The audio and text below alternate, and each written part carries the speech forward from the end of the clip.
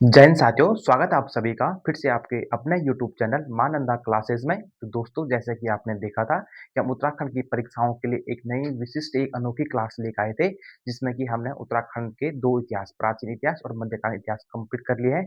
और आजकल हम जो पढ़ रहे हैं वो है उत्तराखंड का आधुनिक इतिहास, जिसके अंतर्गत आजकल हमारा टॉपिक चल रहा है टिहरी रियासत। और ज़्यादा नहीं कहते हुए हम अपनी क्लास को स्टार्ट करते हैं। तो थोड़ा-सा पहले रिकॉल करते हैं कि हमने पिछली कक्षा में थोड़ा-सा क्या देखा था। थोड़ा-सा अगर हम ऊपर-ऊपर देखते हैं तो हमने कहा था कि हमारा उत्तराखंड है और 1815 में कितने में? हाँ, 1815 में 4 मार्च 1815 में सिगौली की संधि के बाद 1816 सॉरी 1816 और एक याद रखना तुमको 2 दिसंबर 1815।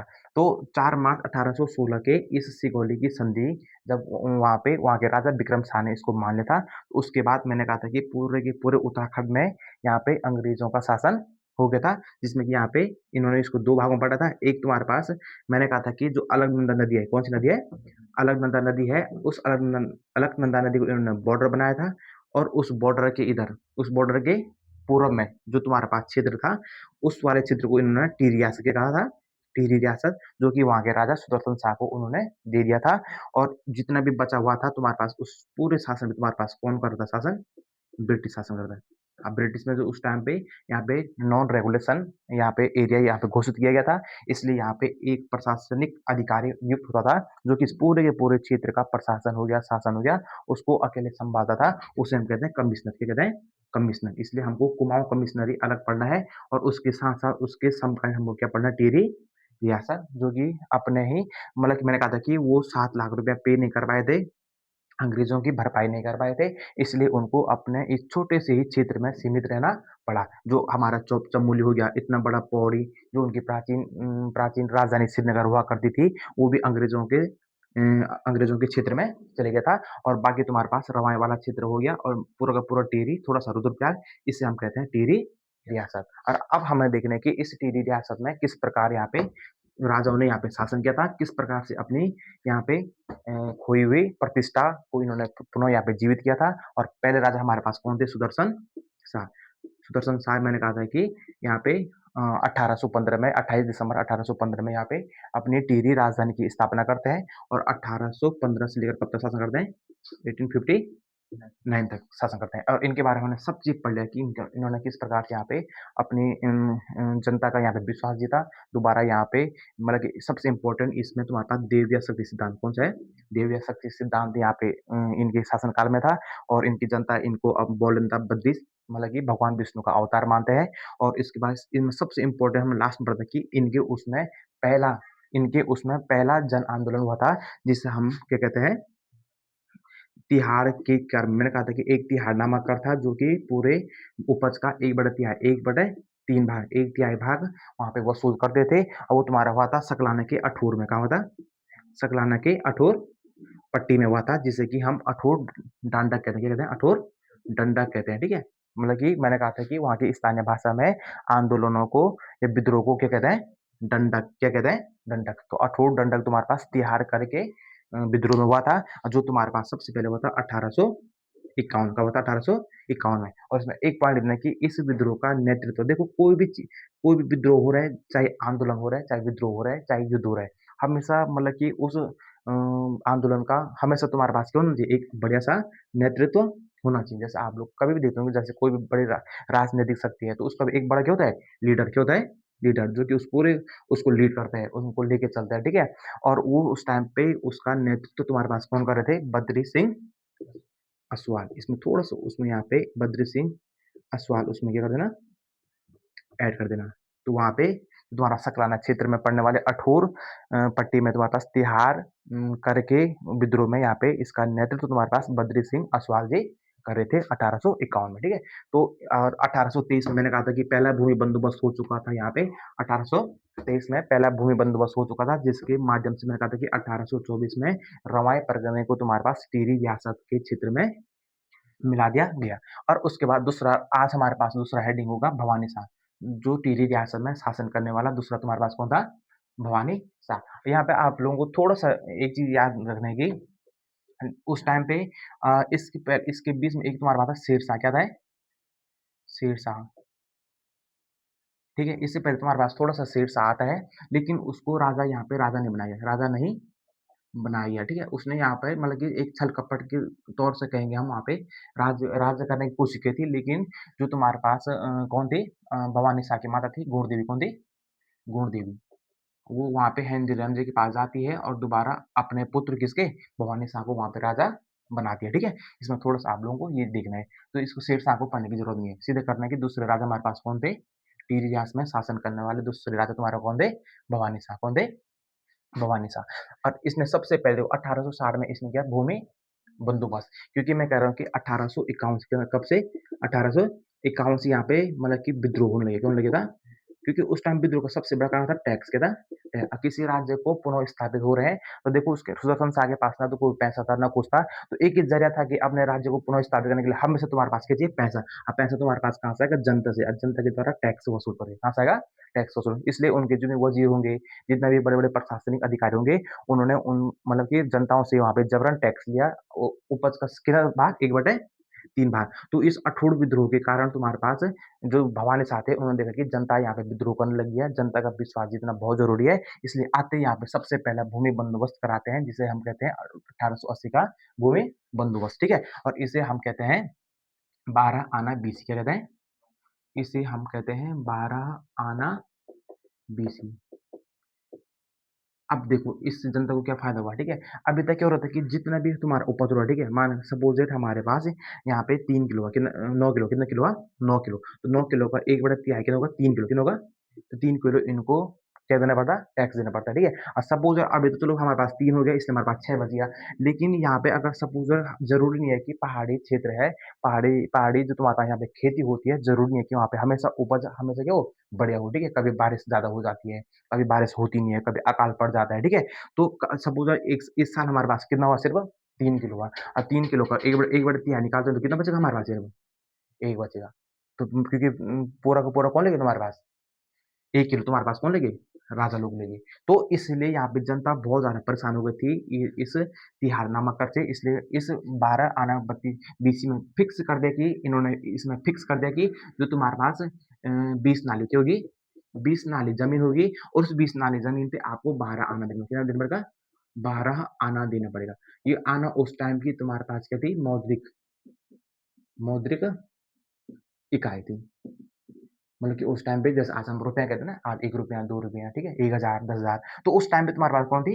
आना, जैसे कौड़ी हो गया, फिर आना हो गया, ठीक है? और ये आना तुम्हारे पास क्या होता है कि 16 आना, कितना? 16 आना उस टाइम पे ₹1 के बराबर होता था। ये आपको लेके चलना है। इसका मतलब अगर 20 अगर हम इससे लगाते हैं, किससे? 12 आने से लगाते हैं, तो 12 आना मतलब कि अगर 12/16 समथिंग तुम्हारे पास 75% बराबर आपको 20 नाली ज़मीन पर टैक्स देना पड़ता है, ठीक है? तो इसमें इन एक पॉइंट लिख देना कि जो तुम्हारे पास भवानी शाह ने 1860 में क्या करा था? भूमि बंदोबस्त कराया था, जिसे कि हम 12 आना बीसी भी कहते हैं, ठीक है? और फिर तुम्हारे पास है 1862 में इन्होंने एक संस्कृत पाठशाला की देवप्रयाग में यहाँ पे अब देखो उस टाइम पे देखो सबसे इम्पोर्टेंट हमारे पास है मंदिर क्या है? मंदिर। जैसे हमारे पास सबसे इम्पोर्टेंट टिहरी में जो गढ़वाल वाला क्षेत्र है, एक तुम्हारे पास बद्रीनाथ है, एक तुम्हारे पास केदारनाथ है, ठीक है? और उस टाइम इन्होंने क्या कहा था कि यहाँ के पुजारियों के लिए, जो यहाँ पे पूजा करते हैं, वहाँ के जो संस्कृत बोलने वाले जो पंडित लोग थे, उनके अध्ययन के लिए इन्होंने यहाँ पे एक संस्कृत पाठशाला देवप्रयाग में भी खुली, जो आज की डेट में आप भी देखते होंगे वहाँ पे एक इस संस्कृत क्या है तुम्हारे पास? विश्वविद्यालय भी है। अब फिर तुम्हारे पास तीसरा राजा तुम्हारे पास कौन है? प्रताप शाह। कौन है? प्रताप शाह, ठीक है? अब जो तुम्हारा कहीं पे 12 आना बीसी जो तुम्हारे पास इसको कहीं पे 1861 लिखा क्लियर है? 1800 ठीक है? क्योंकि 1860 में भूमि बंदोबस्त हुआ था, लेकिन उस अगले साल उन्होंने 12 आना बीसी वहाँ पे लागू की थी, ठीक है? यहाँ पे कन्फ्यूजन नहीं होना, ठीक है? 1860 और 1861 फिर तुम्हारे पास आता है प्रताप शाह, कौन आता है? प्रताप शाह। भवानी शासन को 2 चीज़ें याद रखनी है सिर्फ़, एक तुम्हारे पास उसका भूमि बंदोबस्त और देवप्रयाग का संस्कृत पाठशाला, ठीक है? फिर प्रताप शाह तो बाद में एक हिवट प्रताप शाह एक हिवट संस्कृत विद्यालय की यहाँ पे क्या कर गए? पाठशाला की स्थापना करेंगे, ठीक है? फिर तुम्हारा प्रताप शाह आते हैं 1871 से 1886 तक, ठीक है? 1871 से 1886 ठीक है? अब ये थोड़ा-सा क्या था तुम्हारे पास पढ़े-लिखे क्या थे? पढ़े-लिखे थे, ठीक है? इसलिए पढ़े-लिखे होंगे तो कुछ ना कुछ मतलब कि जो एजुकेटेड होगा है, इससे पहले राजा तुम्हारे सुदर्शन शाह थे, वो हमेशा गोरखाओं से बच के तुम्हारा मैंने कहा था कि जो तुम्हारे पास ये हरिद्वार का क्षेत्र है, ज्वालापुर हो गया, ठीक है? ये इन जगहों को उन्होंने हमेशा आपने क्या करा? प्रवास किया था, ठीक है? छुप के रहे थे, तो उनको मतलब कि वहाँ पे शिक्षा का कोई भी क्या स्तर नहीं मिल पाया। तो जो प्रताप शाह था इन्होंने अंग्रेजों टाइम पे क्या कर दी, एक पढ़े लिखे थे, क्या थे? पढ़े लिखे, इसलिए इन्होंने सबसे पहले अपने क्षेत्र में पढ़ाई पर क्या हुआ, फ़ोकस किया था, जिसमें कि इन्होंने यहाँ पे सबसे पहले अंग्रेजी शिक्षा का प्रारंभ किया था। अंग्रेजी शिक्षा का क्या किया था? प्रारंभ किस अगर आता है कि टिहरी या देखो अलग पढ़ना है, हमको पूरा उत्तराखंड नहीं पढ़ना है, क्योंकि पूरे उत्तराखंड पे सब 80% भू-भाग पर तुम्हारे पास कौन है? ब्रिटिश कौन है? उसको हमको ब्रिटिश कमिश्नर में पढ़ना है, कमिश्नर पढ़ेंगे, चाहे ब्रिटिश का राज में डिप्टी कमिश्नर पढ़ेंगे। हमको सिर्फ 20% पढ़ना है, उसपे तुम्हारे पास कौन है? राजा कौन है? राजा, जिसको कि हम टिहरी रियासत कहते हैं। अब यहाँ पे देखना कि इसने सबसे पहले यहाँ पे अंग्रेजी शिक्षा का प्रारंभ किया था और सबसे पहले इसने भी तुम्हारे पास यहाँ पे किया भूमि बंदोबस्त, क्योंकि लैंड सेटलमेंट करना बहुत ज़रूरी होता है, क्योंकि उस टाइम पे जो तुम्हारे पास टैक्स था, अब जैसे आजकल देखो, ठीक है? आज तो हमारे पास बहुत सारे टैक्स हैं, ठीक है? जैसे सर्विस टैक्स हो गया, क्या हो गया? सर्विस टैक्स हो गया, जीएसटी हो गया, इतना सारे टैक्स है, क्यों? क्योंकि इन इतने प्रकार के हमारे पास क्या है? फैक्ट्री क्या है? फैक्ट्री हो गई, कंपनी हो गया, ठीक है? तो उस टाइम पे इन छोटे से राज्य में सिर्फ़ आय का एक सबसे महत्वपूर्ण स्रोत हमारे पास एक ही था, वो तुम्हारे पास क्या था? भूमि क्या था? भूमि। इसलिए हर राजा कहीं न कहीं भूमि में टैक्स को बढ़ाने के लिए वहाँ पे क्या करेगा? बंदोबस्त कराएगा ही कराएगा। तो इसमें एक है, इसने 1876 में यहाँ पे क्या कहा था? भूमि बंदोबस्त कराया था और जिसे हम क्या कहते हैं? जूला पैमाइश क्या कहते हैं? जूला पैमाइश कहते हैं। इसको आपको याद रखना है, ठीक है? जूला पैमाइश कहते हैं, क्या कहते हैं? जूला पैमाइश कहते हैं, ठीक है? और इसमें आपको 2 चीज़ें रखनी है कि इस सबसे पहले इसमें जो जूला पैमाइश है, इसमें इन्होंने सबसे पहले पटवारी के पद, किसके पद? पटवारी के पदों की नियुक्ति की थी, ठीक है? जिसे हम कारगार कहते हैं, क्या कहते हैं? कारगार कहते हैं। और सबसे पहले इन्होंने अपने राज्य के मतलब कि टिहरी राज्य को इन्होंने प्रशासनिक रूप से क्या करा था? विभाजन किया था। क्या किया था? प्रशासनिक रूप से विभाजन किया था और इसमें मानते हैं कि इन्होंने यहाँ पे समथिंग 11 परगने, कितने? 11 परगने, ये कहीं पे 22 परगने किया, ठीक है? और 11 परगनों में अपने राज्य को क्या किया था? विभक्त किया था, ठीक है? और हर परगने में तुम्हारे पास जो प्रशासनिक अधिकारी था, जो कि उस टाइम पे टैक्स वसूलने का काम करता था, उसे हम कहते हैं कारगार। क्या कहते हैं? कारगार कहते हैं। और जो कि मतलब कि उस टाइम का तुम्हारे पास कौन था? पटवारी। कौन सा पद हुआ करता? पटवारी। जैसे कि हम उस टाइम पे कारगार और पटवारी एक ही है, ठीक है? इनका एक ही काम है, टैक्स वसूलना। क्या है? टैक्स वसूलना। किताबों में कहीं लिखा है कि इनको 1 साल के लिए नियुक्त किया जाता था। कितने साल के लिए? 1 साल के लिए, ठीक है? टाइप को दे दे कि भाई तुमको इस परगने का क्या करना है? टैक्स वसूलना है और राज दरबार में पहुँचाना है, ठीक है? सबसे पहले हो गया। तो 1873 का जूला पैमाइश किसने किया था? प्रताप शाह ने किया था। दूसरा 1877 में इसने प्रतापनगर की नींव रखी थी। क्या रखी थी? प्रतापनगर की। तो और ये जो तुम्हारे पास जो प्रताप शाह ये पहला राजा है जो कि अपने नाम पर शहरों को बसाने की शुरुआत भी करते हैं। फिर तुम्हारे पास कीर्ति शाह आते हैं, वो कीर्तिनगर बसाते हैं। फिर तुम्हारे पास कौन आते हैं? नरेंद्र शाह आते हैं, वो तुम्हारे पास नरेंद्रनगर बसाते हैं, ठीक है? तो इसने 1877 में प्रतापनगर की नींव रखी थी, बहुत इंपॉर्टेंट है। अगर आता है कि प्रतापनगर की नींव कब रखी थी? 1877 में रखी थी, 77 में रखी थी और ये तुम्हारे पास जलकूर नदी के तट पर है। कौन सी नदी के तट पर है? जलकूर नदी के तट है और 1877 में ही इसने इस प्रतापनगर को अपनी ग्रीष्मकालीन राजधानी बनाई। क्यों बनाई? ग्रीष्मकालीन राजधानी बनाई, जो कि तुम्हारे पास जलकूर नदी के तट पर स्थित है।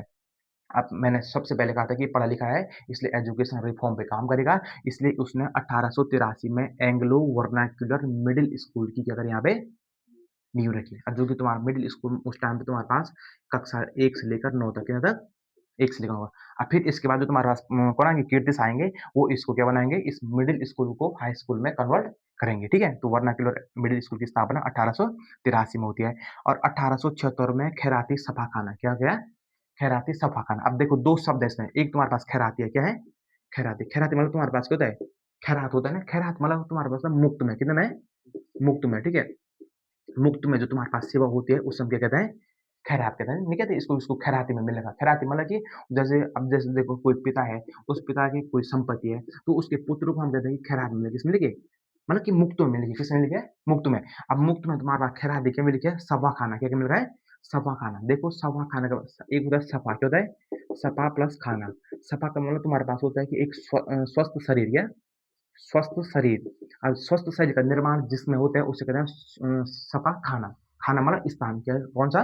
खाना का मतलब होता है स्थान। सपा एक तुम्हारे पास फारसी भाषा का शब्द है जिसका मतलब होता है कि स्वस्थ क्या होता है? स्वस्थ या वहाँ पे ट्रीटमेंट जो होता है उसे हम कहते हैं, उस जगह को हम क्या कहते हैं? सवा खाना क्या कहते हैं? सवा खाना, जिसका रिलेशन हम लोग तुम्हारा है चिकित्सालय। किससे? चिकित्सालय से।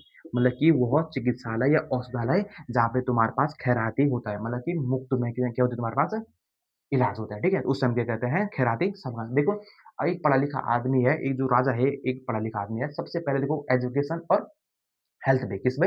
हेल्थ पे, सबसे बड़ी बात है, क्यों? क्योंकि उस टाइम पे मलेरिया हो गया, चेचक हो गया, आप लोग देखे होंगे कि उस टाइम पे आप लोग अभी इस चीज़ को गौर करना, आपके जो दादा लोग होंगे ना, दादा-दादी या उसकी उससे एक पीढ़ी पहले होंगे, तो उनके आप मैक्सिमम सॉरी मिनिमम तुम्हारे पास 7-8 क्या होते थे? बच्चे होते थे। वो क्यों होते थे? आप लोग उनसे कभी पूछना, ठीक है? कभी अपनी दादी से पूछना कि दादी उस टाइम पे इतने ज़्यादा बच्चे होने का कारण क्या है? क्योंकि उस टाइम पे खुद हमारी दादी की ये कहती है कि उस टाइम पे फिक्स था कि मेरा बच्चा बचेगा, नहीं बचेगा। एक सुना आपने दादुर, क्या सुना होगा? दादुर, जो चिकन पॉक्स होता है, ठीक है? उस टाइम पे, अब तो लोग टीका लगा रहे हैं। तो उस टाइम पे बहुत ज़्यादा बुखार आते थे, दवाएँ थी नहीं उस टाइम पे, तो मतलब कि उस टाइम पे फिक्स नहीं था कि हमारा बच्चा बचेगा, इसलिए 7-8 मिनिमम बच्चे हुआ करते थे एक परिवार में। कितने होते थे? 7-8 बच्चे। तो इसलिए उस टाइम पे सबसे पहले खैराती छापाखाना वाला वो औषधालय और चिकित्सा जहाँ पे हमको मुफ्त यहाँ पे इलाज मिल देगा। वो होगा तुम्हारा 1876 में। सबसे पहले अब देखो जो तुम्हारे पास प्रताप शाह थे, इनकी एक महारानी थी गुलेरिया, कौन थी? महारानी गुलेरिया, ठीक है? ये तुम्हारे पास हिमाचल प्रदेश की मंडी रियासत की महारानी थी, महारानी गुलेरिया थी, जो कि यहाँ पे कीर्ति शाह की तुम्हारे पास संरक्षिका के तौर पर काम भी करती है। अब देखो, कभी भी देखना कि एक राजा अगर एक राजा बहुत आगे जा रहा है, तो उसके पीछे कहीं न कहीं एक स्त्री का हाथ होता है। किसका हाथ होता है? एक स्त्री का हाथ होता है, जो कि उसकी स्वयं की पत्नी थी, जैसा आपने सुना होगा जोधा अकबर, क्या पढ़ा था? अकबर भी महान था, तो उसके पीछे कहीं न कहीं किसका साथ था? जोधा बाई का, किसका था? जोधा बाई का। तो इसलिए इसकी महारानी गुलेरिया ने अपनी जनता का यहाँ पे अपनी जनता की यहाँ पे समस्या को देखने की कोशिश करी थी और उसमें एक प्रथा थी तुम्हारे पास खैण, क्या थी? खैण। एक देखो, एक खैण प्रथा थी और एक पाला थी, क्या थी? एक बिसाऊ प्रथा, क्या थी? ये बहुत ऐसी प्रथाएँ थी, ये एक प्रकार से कुप्रथा थी। ये प्रथाएँ नहीं है, एक प्रकार का टैक्स है, क्या है? टैक्स है। खैर मतलब कि आपको राज दरबार में मुफ्त में बिना पैसों के काम करना पड़ता है। एक प्रकार का जब हमसे बिना वेतन के हमसे जो कार्य किया जाता है, उसे हम कहते हैं खैण, क्या कहते हैं? खैण कहते हैं, ठीक है? जैसे बेगारी कहते हैं, जिसे क्या कहते हैं हम? ये बेगारी कर रहा है, बिना वेतन के कार्य कराना, तो खैण प्रथा, पाला प्रथा उस टाइम पे एक ऐसी प्रथा थी, जब मतलब कि जो तुम्हारे पास दुधारू होते हैं ना, गाय होती है, तो क फ्री में तुमको राज दरबार में दूध हो गया, मक्खन हो गया, इन प्रकार के प्रोडक्टों को पहुँचाना था। तो इन विभिन्न प्रकार के टैक्सों को यहाँ पे प्रताप शाह ने क्या करा था? इन पे रोक लगाई थी और किसके कहने पर? महारानी गुलेरिया के कहने पे। सबसे पहले इन्होंने प्रताप प्रिंटिंग प्रेस की स्थापना भी करी थी। देखो अखबार हो गया, फिर वहाँ पे किताबें छपने लग जाएगी, ठीक है? क्योंकि वो सबसे एक तुम्हारे पास पढ़ा-लिखा व्यक्ति था। सबसे इम्पोर्टेंट इसमें कि 1882 में 62 दंडक होता है, क्या होता है? 62 दंडक होता है। ये भी तुम्हारे पास इस खैण जो तुम्हारे पास ये बेगारी प्रथा, कौन-सी बेगारी प्रथा है? इस बेगारी प्रथा के चक्कर में यहाँ पे इस बेगारी प्रथा के चक्कर में 62 दंडक होते हैं 1882 में, ठीक है? अगर कभी आता है कि 62 दंडक कब होता है? दंडक मतलब जहाँ पे दंडक आ गया वहाँ पे मतलब कि विद्रोह, क्या? विद्रोह, तो 62 में होने वाले विद्रोह को हम क्या कहते हैं? 62 दंडक कहते हैं 1882 में, ठीक है? ठीक हो गया। अब तो प्रताप शाह से जितने भी हमारे क्वेश्चन बनते हैं मैक्सिमम जिसने क्या-क्या काम करते हैं, सबसे मेन इम्पोर्टेंट काम इन्होंने वर्नाक्युलर मिडल स्कूल की स्थापना करी थी। खैराती सभा खाने की स्थापना करी थी, ठीक है? प्रधानमंत्री की नींव कब रखी थी? भूमि बंदोबस्त सबसे इम्पोर्टेंट है, ज्यूला पे मैच क्या था? ज्यूला पे मैच, ठीक है? तो ये बहुत-बहुत क्या है तुम्हारे पास इम्पोर्टेंट, ठीक है? सबसे इम्पोर्टेंट इसमें कि इन्होंने कार्यकारों की नियुक्ति करी थी, अपने परगनों में बाँटा हुआ था, ठीक है? क्योंकि उस टाइम पे आप देखो ना अगर फिक्स कर दे भाई इस ज़मीन में इतना आएगा, वहाँ का एक प्रशासन नियुक्त कर देंगे, फिर वो वहाँ पे दिखेगा यार यहाँ पे कमी क्या है? वरना क्या हो रहा था? कोई अपना अच्छे से पूरे साल भर खेती आ रहा, कोई राजा का वज़ीर हो गया या कोई सेना सेना आ रही है वहाँ पे, ठीक है? अनजान उसको कुछ पता नहीं कि यहाँ पे क्या होता है या नहीं होता है। सीधा आएगा जितने भी हज़ार का पूरा का पूरा तुम्हारे पास एक ही बड़ा तिहाई कौन जाता था? राज दरबार को जाता था। ठीक है? तो इसलिए ये हमको जुला पैमाइश पढ़ना बहुत ज़रूरी है। तीसरा तुम्हारे पास जो तुम्हारे पास राजा थे, वो थे तुम्हारे पास कीर्ति शाह कौन थे? अब थोड़ा-सा कीर्ति शाह के बारे में देखते हैं हम। कीर्ति शाह ने क्या-क्या यहाँ पे करे थे। अब देखो कीर्ति शाह भी एक पढ़े-लिखे थे, क्या थे? एक पढ़े-लिखे व्यक्ति थे। बहुत इम्पोर्टेंट ये भी हमारे लिए। आज थोड़ा-सा देखना है कि कीर्ति शाह ने यहाँ पे क्या-क्या किया था, ठीक है? ये हमारे पास भवानी शाह कंप्लीट हो गया, प्रताप शाह क्लियर हो गया, दूसरे रहा तुम्हारे पास कौन थे तीसरे? कीर्ति शाह, ये 1886 से 1913 तक बनते हैं। अब देखो प्रताप शाह की थोड़ा आप देख रहे हो कि थोड़ा-सा उम्र थोड़ा-सा क्या हो गया तुम्हारे पास? जल्दी, इनकी मृत्यु तुम्हारे पास क्योंकि थोड़ा-सा जल्दी हो जाती है, इसलिए उनके पुत्र कीर्ति शाह को राजगद्दी पर मतलब कि 18 साल से पहले कितने साल से पहले? 18 साल से पहले। अब आप लोग एक चीज़ देखो यहाँ पे, एक चीज़ थोड़ा आप देखना कि 1840 के बाद, कितने के बाद? 1840, जो हमारे पास ये टिहरी रियासत है ना, जो हमारे पास टिहरी रियासत है, इस ये टिहरी रियासत तुम्हारे पास ब्रिटिश सरकार का प्रतिनिधि, ब्रिटिश सरकार का, वो तुम्हारे पास था कुमाऊँ कमिश्नर, कौन था? कुमाऊँ कमिश्नर। इसका मतलब आप थोड़ा ढंग से समझो, ठीक है? जो टिहरी रियासत तो चल दिया, वहाँ पे राजा तो है ही है, लेकिन उनको उन पे कहीं न कहीं तुम्हारे पास इनडायरेक्टली तुम्हारा शासन तुम्हारे पे किसका था? अंग्रेज़ों का। किसका था? और उस पूरे रियासत का प्रतिनिधि का बोलना मतलब कि उस मतलब कि जवाबदेही तुम्हारे पास कौन था? कमिश्नर, कौन था? मतलब कभी अगर टीर इतिहास में कोई घटना हो जाती है, कोई आंदोलन मतलब कि जो मतलब कि ब्रिटिशों के विरुद्ध जो भी आंदोलन होते हैं, हुआ या नहीं हुआ, क्यों हुआ, उस पूरी जानकारी तुम्हारे पास कौन होता है?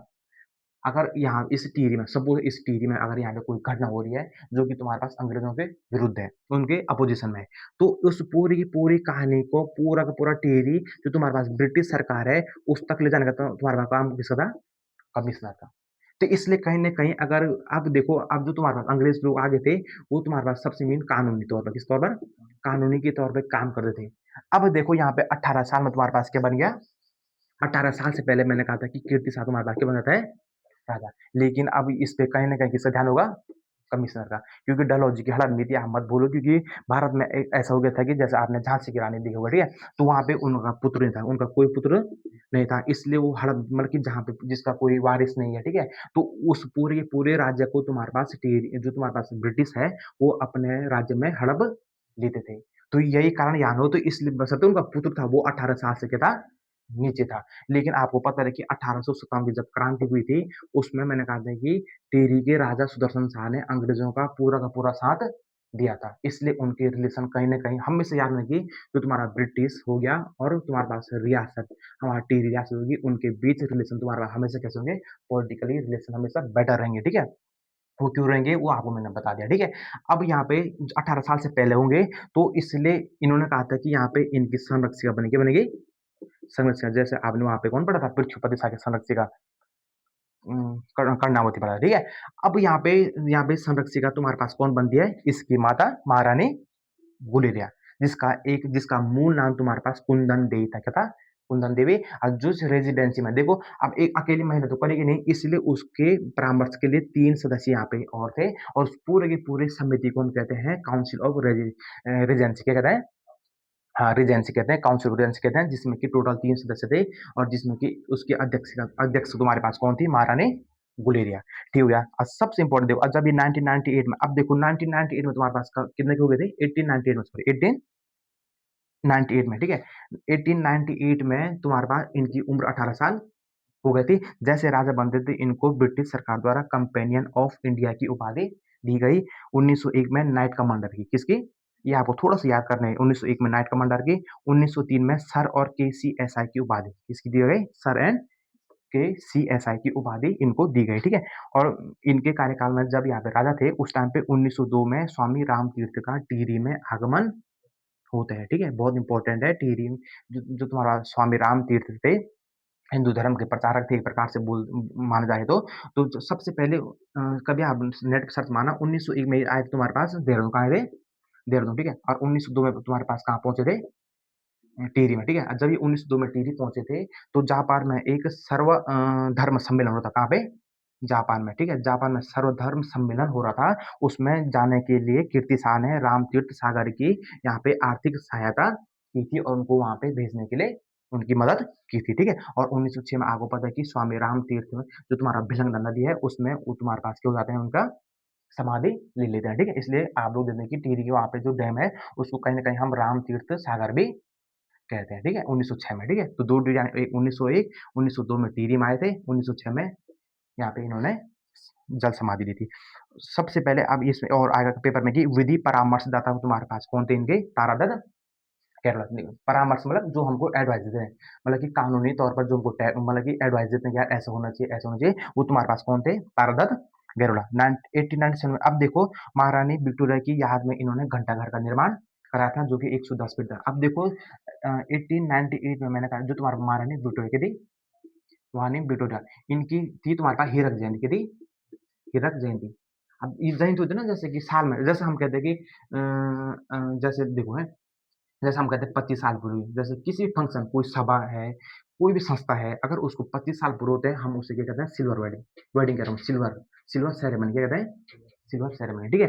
और अगर तुम्हारे पास 50 साल हो तो गोल्डन जुबली क्या कहते हैं, गोल्डन जुबली, ठीक है। उसको नाम दे रखा है प्रकार से, हाँ, इतना साल पूरे हुए। अगर 60 साल हो गए, कितने साल हो गए, उससे हम कहते हैं हीरक जयंती, क्या कहते हैं, हीरक जयंती। और जिसे हम कहते हैं डायमंड, डायमंड सेरेमनी, ठीक है। एक तुम्हारा सिल्वर, एक गोल्डन, एक डायमंड। और 100 साल को हम क्या कहते हैं, सेंचुरी कहते हैं, शताब्दी कहते हैं, ठीक है। तो जब 1898 में विक्टोरिया जो महारानी विक्टोरिया है, उनकी यहाँ पे हीरक जयंती थी, और उसमें उन्होंने कहा था कि हम खाएंगे, टीरी खाएंगे। तो उनके स्वागत में उन्होंने वहाँ पे एक महल का निर्माण कर रहे थे कीर्तिसार, लेकिन वो किसी कारणवश टिहरी में नहीं आ पाए, इसलिए उन्होंने उसको घंटाघर बनाया। क्या बनाया, घंटाघर बनाया था, जिसकी हाइट तुम्हारे पास 110 फीट दी गई थी, 110 फीट थी। 1891 में प्रताप, अब देखो मैंने कहा था कि 1883 में एंग्लो वर्नाकुलर मिडिल स्कूल क्या है, मिडिल स्कूल, तो कीर्तिसार ने अपने पिता के नाम पर इसका नाम तुम्हारे पास क्या रख दिया, प्रताप हाई स्कूल, क्या रखा, प्रताप हाई स्कूल 1891 में, ठीक हो गया। इसके जितने भी काम करे थे, इनको कीर्तिसार को कौन कौन सी उपाधि मिली थी वो हमने पूरा पढ़ लिया है। अब परीक्षा की दृष्टि से थोड़ा सा इंपॉर्टेंट एक चीज जानना, दो चीज जानने की। अब जैसे मैंने कहा था कि तुम्हारे पास अठूर विद्रोह क्या होता, अठूर विद्रोह था तुम्हारे पास 1851 में, ठीक है। तो इसके शासनकाल में भी दो तीन विद्रोह होते हैं, ठीक है। अब क्योंकि सबसे पहले जब यहाँ पे अंग्रेज लोग आए थे ना, अब देखो, अब एक तुम्हारे पास टैक्स तुम्हारे पास कहाँ पे, हमने कहा था कि सबसे पहले टैक्स का सबसे महत्वपूर्ण यहाँ पे स्रोत तुम्हारे पास क्या है, भूमि, क्या है। अब भूमि मैं कह रहा हूँ कि टिहरी में कुछ नहीं है, टिहरी में कुछ नहीं है। उस टाइम कोई फैक्ट्री तो नहीं, कोई गाड़ी घोड़ा तो यहाँ पे था नहीं, ठीक है, कि कोई गाड़ी की फैक्ट्री होगी या मोबाइल की फैक्ट्री होगी। तो सबसे पहले टैक्स का, राजस्व का एक ही मुख्य आय था तुम्हारे पास, भूमि। और दूसरा तुम्हारे पास अब क्या बच गया इनके पास, जंगल के बच गए। ढंग से समझो इस चीज को, देखो, राजा कोई भी चीज कर रहा है तो इसका मतलब उसके पीछे कहीं ना कहीं तुम्हारे पास किसका कारण है, टैक्स का। टैक्स कलेक्ट करने का ही सबसे महत्वपूर्ण कारण था, जिसलिए कि यहाँ पे जंगलात कानून भी बनते हैं, क्या बनते हैं, जंगलों पर भी तुम्हारे पास कहीं ना कहीं तुम्हारे पास, अब टैक्स तो उस भूमि में कितना टैक्स लेंगे बताओ, इस भूमि पर कितना टैक्स लेंगे। अब आपको पता है कि यहाँ का समाज, हमारे पास पहाड़ी समाज है, वो कहीं ना कहीं पूर्ण रूप से तुम्हारे पास जंगलों पर डिपेंड है, जंगलों पर डिपेंडेंट है। बहुत इंपॉर्टेंट है। आज भी आप लोग देते होंगे गाँव में, चाहे हम घास काट रहे हैं, चाहे हम पिरोल रहे हैं, चाहे हम पत्थर, मतलब कि यहाँ तक कि अपने मकान बना के हम पत्थर भी कहाँ से लाते हैं, अपने जंगलों से लाते हैं। काफल हमारे जंगल में होते हैं, बुरांस हमारे जंगल में होता है। तो इन्होंने कहा था कि यहाँ की जनता कहीं ना कहीं किस पर डिपेंड है, जंगलों में, इसलिए पूरी जनता हमको क्या देगी, अब जंगलों पे भी टैक्स देगी, और उन जंगलों पे भी तुम्हारे पास क्या बना दे, कानून बना दे, मतलब कि अब हमारे वनों पर भी प्रतिबंध लगा दे, लगा दे, प्रतिबंध लगा दे। आज की डेट अगर आप लोगों, जैसे आप लोग गाय के साथ जा रहे हैं, आज सुबह जैसे आपने अपनी गाय खोली, ठीक है, उसके खूंटे से आपने जैसे गाय खोल दी, अब बोला कि भाई सुबह सुबह जैसे तू इस जंगल में तभी जाएगा अपने गाय चराने के लिए, पहले हम कहते पल टैक्स दे। तो कहीं ना कहीं उस समाज पे क्या बीती होगी, तो इसलिए उन्होंने क्या करा, आंदोलन, क्या क्या, आंदोलन।